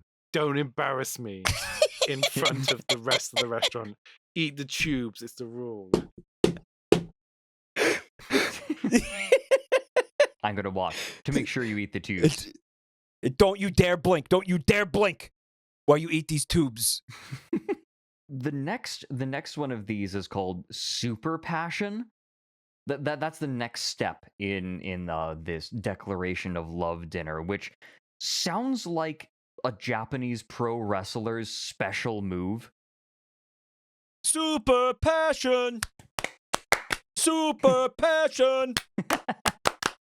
Super Passion, a very compact cake of sweet pastry. I'm interested how you make a compact cake. Yeah. Of sweet pastry with small cavities on top, filled with anise, mint, rum, juniper, and amaro. Amaro? You were just supposed to know how to make that, right? We're just supposed to know how to make a compact cake with small cavities on the top. I like the idea that she knows how it's supposed to be, and she sees it, and she's like, I don't know that this is compact enough. And he's like, oh yeah, sorry about that. And he just slams his fist down on it. There. This place is getting the 1-star Yelp review. Super passion, not compact enough. 1.5 stars. When we originally talked about this, Fred, we talked about it in reference to a review of a restaurant called Bros, which was a Michelin-starred restaurant which served like a 32-course meal. And it was of tiny little bits of food. But the standout meal was a citrus foam you had to lick out of a plaster cast of the chef's mouth. Yes. And that will haunt I think I my saw that dreams. on Food Network. Yeah. Was that on Food Network or was that on like Travel Channel or something? It was on the news. on a blog. I swear I seen that. I seen that somewhere. This is in that realm, by the way. This is these people are a stone's throw from that. Yes. Right? Like this kind of is the same this is shit. beyond that. No, this is beyond that, I would say. Right? Like, I feel like there is a world in which I understand the artistry of this peculiar 32-course meal. Right? I would say that the Futurists live on in shit like that. Yeah, I mean, and there were chefs like Heston Blumenthal, who was wildly successful, and he's meant to have the best restaurant in the world at one point, and his food feels very much inspired. I think inspired by the kind of magic of this, that it has multiple tactile elements. Yeah. But at the same time, one of the things I was going to say was, looking at the cake, is this is infuriating, this meal, because you don't know how it's made, because you don't have quantities of the ingredients. Right. You don't have specific techniques put down. Like a cake can be like, I've been to China and they have like moon cake, which is not like a cake in the UK. It's like made of completely different ingredients. So, and you have all kinds of cakes with different mixtures of ingredients. So how is this cake made? Well, this utterly fails as a recipe book in that regard. And that's why it may be more of a joke than a recipe book. It may be more of a provocation than a recipe book. It's engagement bait. Yeah. It's engagement bait. This fucking book is engagement bait. For 1919 engagement bait. I think this book probably came out in like the 1930s, so they have been around since 1919. Oh, sorry. But this came out later. 1930s engagement bait. This is a statement more than anything else, like a vision for the future, for humanity. I think that the lead is kind of buried in this. No, Fred, they served this food, remember? They actually had a meal. Well, they claim they did. Do we have evidence that it actually happened? We have the photo of the meat penis. That one photo. Yeah, but we have the one photo of them making all of it. But, like, I'm not certain that they actually served it in the way that they claimed. And that's something that really bothers me as well. I brought up earlier that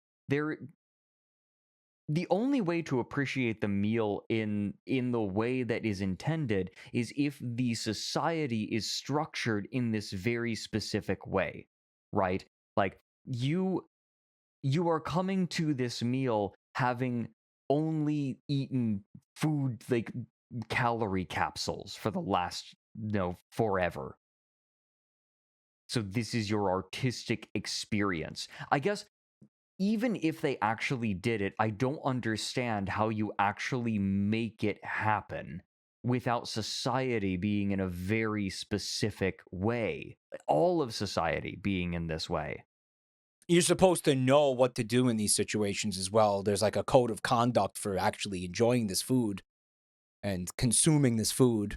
And this feels more like a dream of how people might interact with these many course meals, right? Like, interact is the right word, because half the time you're not even supposed to fucking eat exactly. it. You're supposed to look at it or smell I think that for 2 days. I think that they're giving these recipes, but these feel more like, some of these are recipes, but some of these feel more like positing how a person might interact, because hypothetically you're coming to this meal and you're not hungry, which to me kind of cuts into some of the experience of eating. But these people have a very specific idea of how you experience something, right? You experience art like on a full stomach, satiating, nothing else in your mind. You're just experiencing this right now. Maybe saying she contents herself with bread and butter isn't so much a command as it is positing what she might do. It feels very weird though, because it talks about people as if they lack free will. Right. It's like she's chosen just to eat bread and butter and ignore for food the exquisite titbits on the table. I fucking hate it. So the last course. Tonight with me, a very ripe orange enclosed in a large hollowed out sweet pepper. You put the lime in the coconut. Embedded in a thick zabaglione. Zabaglione! You guys got to work on your pronunciation. I'm not exactly from Sicily, Mike. Me neither. I'm from the West Country. Yeah, exactly. Well, you're probably close to being from Sicily than me. Zabaglione is, by the way, a egg custard dessert. Okay. Oh yeah, I have no fucking idea what it is. Don't ask me what it is. Well, now I know. I but I sneakily didn't know. Googled it when it first appeared. Oh, look at you. Flavored with juniper and salted with little bits of oyster and drops of seawater. Ugh. You got fruit and oysters, bro. You got fruit. I mean, you know, I like to try things, man, before I make a decision and say like, no, that doesn't work. I mean, some things you can use common sense, but like honestly, I don't know. Would fucking orange and seafood oysters work like that with Juna? Mike, you're not looking at the seawater bit. Do you know how much shit would have been in the seawater in 1932? Oh yeah, doesn't that kill you? It's not just like the fact it's salty. It's the fact there's just like, imagine what beaches were like in the 1930s. Oh, Less microplastics. Yeah, that's true. It's got that That's true. going for it, at least. This is what makes it weird. Like, this is clearly an artistic statement, right? This whole book, to kind of wrap everything up, this is a book that doesn't seem to be certain how it wants to be taken.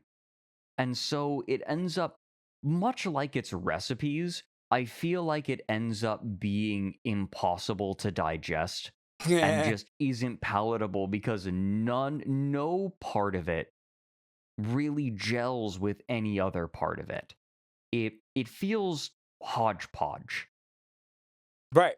And it's frustrating. Like, yeah, again, different contributors are part of that. Right. It frustrates any reading of it because you're desperately trying to figure out how you're supposed to read any individual part of it.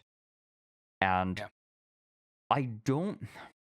Maybe there's an art historian who has like a more nuanced take on it than I do, but I feel like it doesn't quite land because it already isn't what it's purporting to be. And then it shifts constantly how it seems to want to be interpreted, and I find it obnoxious. And maybe that's the point. Maybe they felt like they just wanted to be contrarian and ineffable, and maybe that made them feel special. In which case, good for you, Futurists. It was certainly designed to generate controversy. Yes. It revels in the controversy. And Mike's reaction to it only makes me more convinced of that. You know, and it's like, yeah, I hear what you're saying, Fred. Like, oh, who's an edgy little boy? You're an edgy little boy. Oh, you want to put oyster? Oh, you're gonna put green light in the milk and or pasta makes you into a skeptical. What was it? I don't know. Detriment to society. Yeah. Oh, who's an edgy little boy? Yes. Oh, you are. Yes, you are. Yes. Yes. Here's your controversy points. Yeah, it's like criticizing pasta is guaranteed to upset every single Italian. Like, what is a more uniting feature than Italians? That's why I'm telling. That right there is the reason why a part of me thinks this is sabotage. But I also acknowledging that the engagement bait. I think it's more engagement bait, than it's sabotage. Right. There's an old meme where it says, "Haha, I'm an idiot," and everyone else is like, "Oh, wow, this guy's an idiot. Let's get out of here." Joke's on them. I was only pretending. Right? Like, that's kind of how I feel about this, right? Like, I'm pretending to be a moron. Okay. I'm going to tell you why they had a falling out with Mussolini. Because he saw this and he was like, this is not helping the fascism movement. Right. This is fucking hurting it, if anything. Like, you're pissing people off. You're being annoying and weird and off-putting, and like, we're trying to sell the Italian people on fascism. This is right. What the fuck is this? Yeah, the Futurists posted engagement bait, and was like, "Bro, you just posted cringe." Yeah, exactly. Got rid of the Futurists, and then I'm pretty sure everything worked out okay for Mustafa after that. And then he lived happily ever after. But that's it. That's the Futurist cookbook. It took a little bit of laying groundwork, but I think that this was worthy of a Warrens episode. I think, man, there's another artistic project that I feel like has is a lot more interesting that also has to do with food that maybe we do next time as sort Okay. of a counterpoint to this. Because Yeah, I have sure. a thought. A little I- palate something that cleanser, I've if you looked at will. before. A little bit. Yes. This is quickly becoming a food show. Yeah, kind of. Yeah, right. This was fun. Ryan, thank you so much for coming on you're and for welcome. introducing this to me and for agreeing to come on and help present this to Mike and break him. I'm thoroughly broken. I am snapped in half like dry spaghetti before being boiled. Broken I into am 3 pieces. I am just And then, I am in put tatters. into a meat penis. Yeah. I'm fucking ruined. You guys did not disappoint. I am thoroughly devastated, and not in a good way. This is a very complicated topic, and I wasn't sure how we were going to tackle it, right? I wanted to acknowledge the complexity of this while also acknowledging the absurdity of it, right? Because there is some great absurdity in here. Oh, hell and yeah. even if that's the point, it is on its face ridiculous, especially with hindsight. The way they stood there in front of like the sculpted meat with their hands on their hips as well. Yeah. It's Yeah, just shit. something so absurd about it.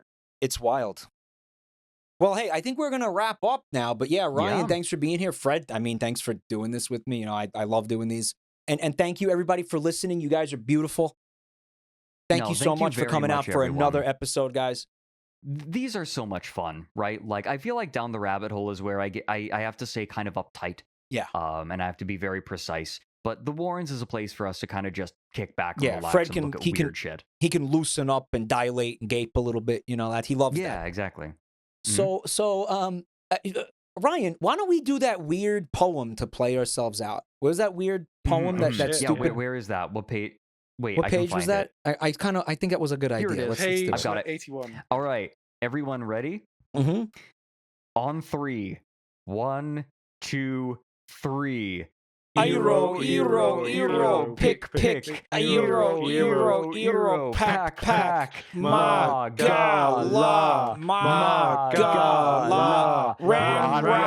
Ranzaf. This was the way they This was murdered the way nostalgia. they murdered nostalgia. Guys, my furniture's just started floating. What the fuck did you do? Oh, shit. Oh, we fucked up. Say it backwards, quick. Faz, nar, al, ag, am, cap, ori. Keep